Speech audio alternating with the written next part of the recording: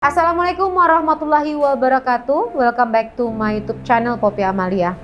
Pembahasan kali ini adalah bicara mengenai pola asuh dari Pak Ridwan Kamil dan Ibu Atalia yang luar biasa sehingga menghasilkan atau mencetak mendidik seorang anak yang begitu menginspirasi buat kita semua.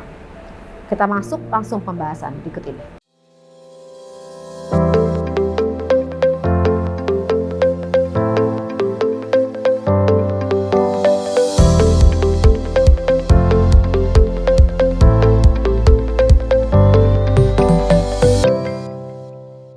Hati siapa yang tak remuk menyaksikan jenazah sang anak di dalam peti diturunkan dari pesawat, digotong masuk ke dalam sebuah mobil tepat di depan mata.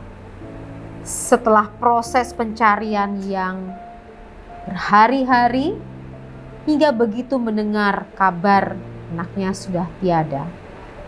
Tapi karena memiliki iman yang baik dan ketakwaan yang sangat luar biasa kepada Allah Subhanahu wa Ta'ala, maka bisa menerima takdir tersebut dengan ikhlas.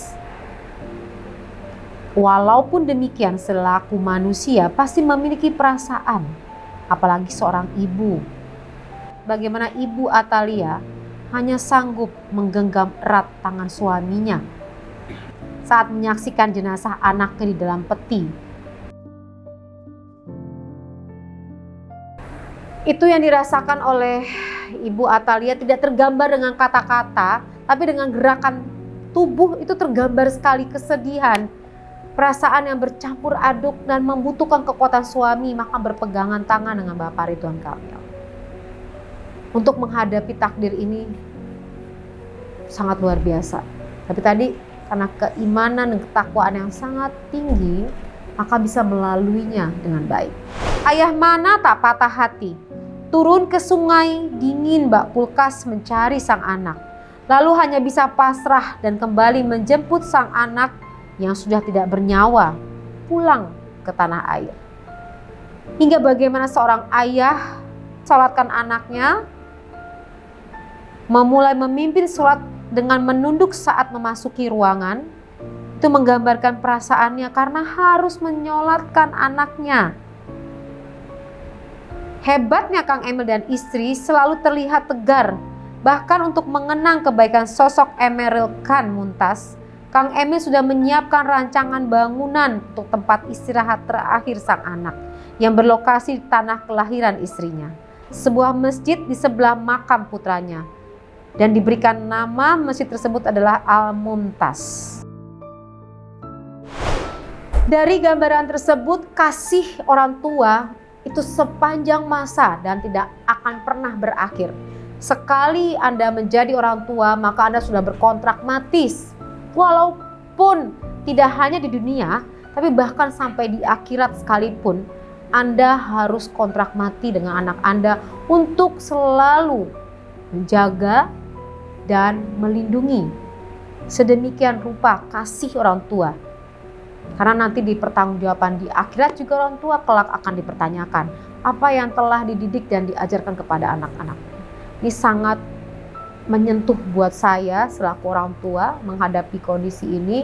Bagaimana Pak Ridwan Kamil dan istri berhasil mencetak seorang anak yang luar biasa baiknya, kemudian juga luar biasa soleh, kemudian juga selalu mengutamakan orang-orang kecil. Tentu pola asuh yang dipilihnya itu sangat luar biasa. Bagaimana pola asuhnya? Dari gambaran ini saya melihat bahwa mereka menerapkan pola asuh yang demokratis. Pola asuh demokratis ini bisa kita ambil teman-teman sebagai orang tua pada saat mendidik anaknya. Tidak ada otoriter, tidak ada permisif. Kalau permisif semua diberikan kepada anaknya.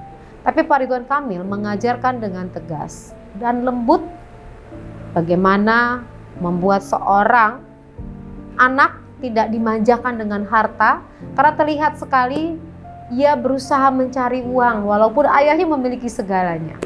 Itu disampaikan dalam beberapa kalimat-kalimat yang saya baca di media sosial, bahkan dalam postingan Pak Ridwan Kamil. Ia tidak memberikan apapun yang anaknya minta, Tapi ia memberikan solusi-solusi. Kalau mau dapat uang begini caranya. Artinya mengajak anaknya untuk berpikir kreatif.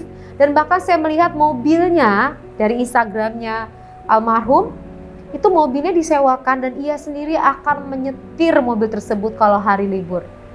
Masya Allah. Padahal dia anak gubernur ya, seorang gubernur. Bisa aja punya uang dengan mudah. Tapi dia bekerja. Ini pola asuh yang sangat luar biasa yang diajarkan.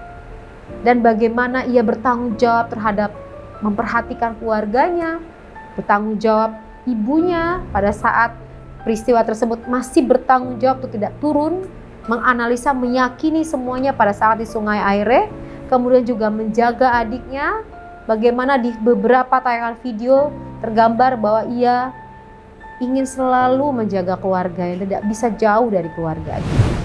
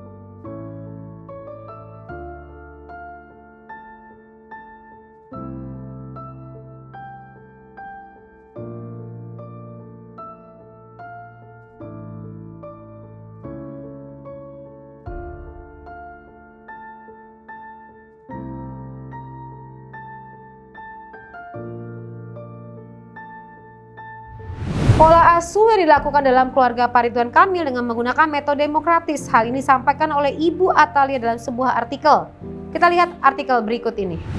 Lalu apa yang dimaksud dengan pola asuh demokratis? Aspek pola asuh demokratis orang tua yaitu kasih sayang, komunikasi, kontrol, tuntun, kedewasaan secara mandiri. Tipe pola asuh ini dikatakan sebagai pola asuh yang lebih baik dibandingkan pola asuh lainnya.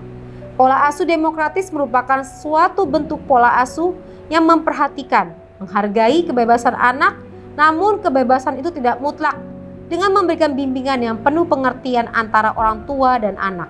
Dengan kata lain, pola asuh demokratis ini memberikan kebebasan pada anak untuk mengemukakan pendapat, melakukan apa yang diinginkan dengan tidak melewati batas-batas atau aturan yang telah ditetapkan oleh orang tua.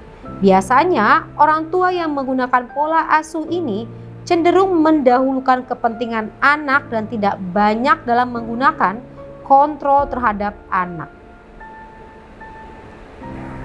Nah, ini adalah sebuah pola asuh yang bisa kita tiru pada saat mendidik anak. Ya, jadi ada pola asuh demokratis, otoriter, dan permisif. Nah, bagaimana Anda memilihnya dengan tepat? Karena apapun pola asuh yang Anda pilih itu akan membawa dampak terhadap anaknya kelak dewasa. Kalau Anda terlalu permisif, maka anaknya akan mengatur Anda dengan mengambil mic, dia yang akan mengatur keadaan dan tidak mengikuti aturan. Kalau anaknya terlalu otoriter, diajarkan dengan kekerasan, maka anaknya akan menjadi orang yang melakukan tindakan otoriter kelak ke depan.